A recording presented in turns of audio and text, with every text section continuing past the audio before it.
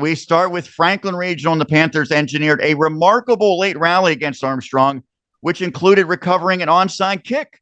From there, FR drove near the goal line, and then quarterback Chase Lemke did the rest, as detailed by Jonathan Whaley.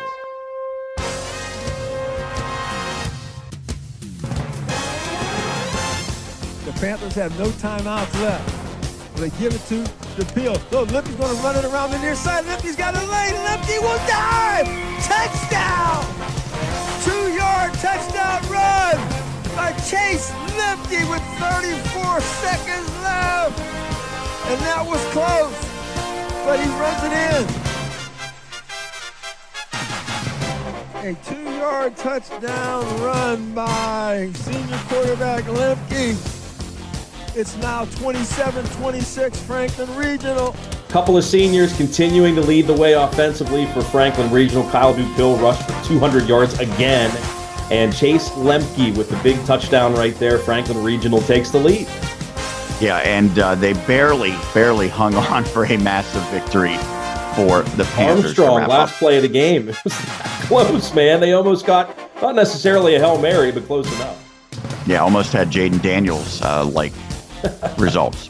We continue plays of the week with Penn Trafford in a game that featured as many defensive touchdowns as offensive touchdowns. It was a kicker who proved the difference.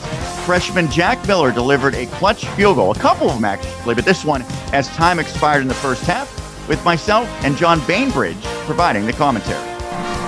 Trying to extend this to a 2-score game. 34-yard attempt for Miller. Kick is up, it has the distance, and that kick is good. Right down the middle, nice kick. Clutch boot by the 9th grader, Jack Miller, and that will do it for the first half. Points with all zeros on the clock. The Warriors take a 17-7 lead into the locker room. Final game of the regular season. It's a Westmoreland County clash. Penn Trafford, Greater Latrobe, right here on the Westmoreland Sports Network. That's awesome, Sean. Giving a little love to the special teams. You must have been watching the Steeler games lately. Probably not. You're fixated on the 49ers. But Jack Miller, they have been blessed with some really good kickers at Penn Trafford. And I guess you got to give credit to the coaching staff for finding them and helping develop them. But only a freshman, man. That's a big kick. Do you think John Ruane goes out there and instructs how to kick like a 35-yard field goal? Oh, just say he's not older 35 than years old. He wishes. Yeah, I'd love to see him do that, actually. Hey, maybe next training camp we'll get that for some plays that we can put on our camp preview. All right, we'll stay in that same game and look at the Greater Latrobe side of things as the Wildcats took the game down to the wire, fueled by a huge defensive play by Andy Tash that pulled his team closer in the third quarter, with, again, myself and John detailing the action. And the Northeast will not get any. Now, that could change, but I would say probably the odds are favoring that. Yeah, Moon and South Fayette. That one is intercepted by Andy Tash, and it's a second pick six of the night. This time, Greater Latrobe strikes defensively. Great anticipation there by Tash. He sort of lulled Louver into throwing that, but made a great break on the football. Pick six times 2. A couple of safeties have found the end zone. Derek Carr first, and now Andy Tash, the younger brother of Alex, getting his team right back in it. Andy Tash doing a great job of jumping the route right there, and that turned 17-7 into 17-14 real fast, and all of a sudden the Wildcats right back in it. The crazy thing is, that wasn't my favorite defensive play that he made. It had to be the one that we put on Plays of the Week, but you may remember, Flick, there was a 4th down, and the Warriors threw a ball deep, and he could have intercepted it, and he just batted it down. Awesome. Just about any other player, even NFL players, intercept that, and they probably sacrifice, 30 yards by doing so? And I think all of us, like you, John, and I, all of us kind of like for a split second, we're like, what is he do? Oh, that was a great play. And again, most people, you mentioned, every level, they don't do that. But that was smart, because if he would have intercepted that, he'd have got tackled, and they would have lost, 20, 30 yards of field position?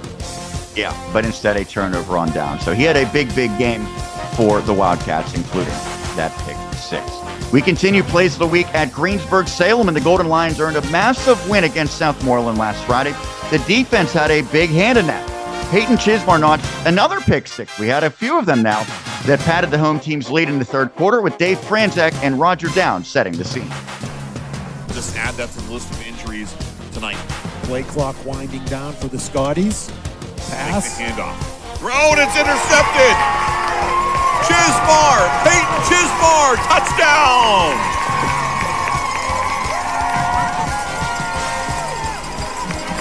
Nicely done by Peyton Chismar. Read the route. Southmoreland has run that route a couple of times this evening, all for completions except for once. This time, Peyton Chismar jumps the route, his senior night. Well done, Peyton.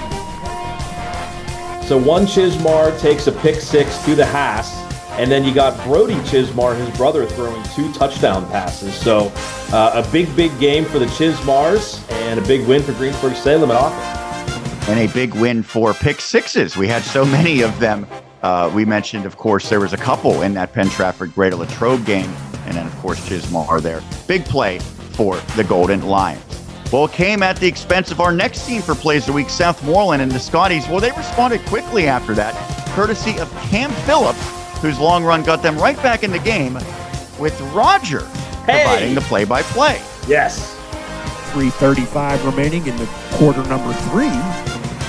Phillips, the ball carrier. Nice cut inside, breaks it to the outside. And he's into the end zone. And a flag after he gets into the end zone.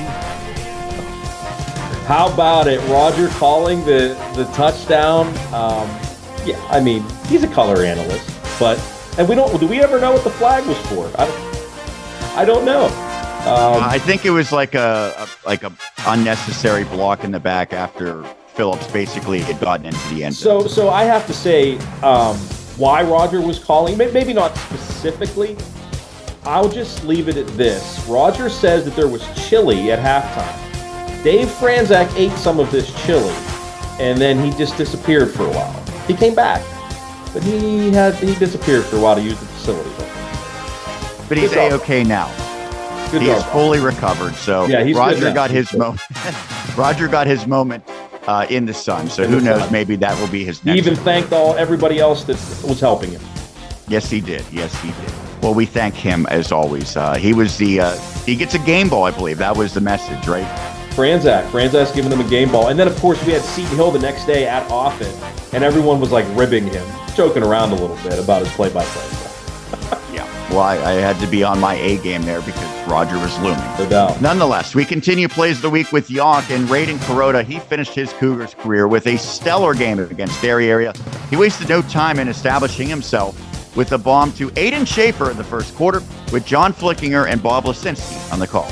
As Kuroda takes the snap, he's back, he wants to go deep again, wide open, and caught for the touchdown. That pass was caught and pulled in by Aiden Schaefer, who had the touchdown last week against Greensburg-Salem. He pulls that one in, and wide open for the score. York is on the board first. They lead 6-0. Yeah, and like you said, John, I'm sure, they saw what, Mount Pleasant did with Trojan secondary last week, and here it is, the first drive, capped off by a 30-yard touchdown pass. Wow, what a terrific throw. He hits Schaefer right before he goes out of the back of the end zone, and Schaefer got a lot of separation there, too, so great job by both guys, and the Cougars with a big touchdown right there. Yeah, what a great way for them to win their final game of the season and to kind of maybe carry some momentum into the offseason. Well, let's carry some momentum into the final play here on Plays of the Week. It's at the college level with Seton Hill, and the Griffins enjoyed a successful homecoming on Saturday against Clarion, and Todd Phillips was a huge part of it as he made a spectacular grab moments into the third quarter that put the Griffins in the lead, with myself and Roger Downs highlighting that catch.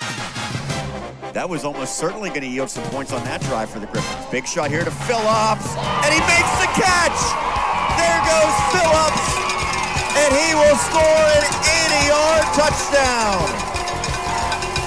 Phillips using every inch of his 6 strength over the shorter Blackwell. Good for the Griffins score. Ben Zabachin into the game for the extra point. Here is the replay. That is a 50-50 ball. And Blackwell just got lost. Phillips, a special play when the Griffins sorely needed it. Now a chance to take the lead on the PAT. All right, I am boycotting ESPN. We got Jared Garn's catch on You Got Mossed and SportsCenter Top 10. I didn't think Phillips' catch would get on SportsCenter Top 10, but I thought it had a great chance of getting on You Got Mossed and didn't get on there. So I did watch the Monday Night Football game, the Steelers game, so I guess I'll start my boycott now. But that was a terrific catch, and Seton Hill with a big win. Yes, and he had almost 250 receiving yards. He had a big boy performance in that victory.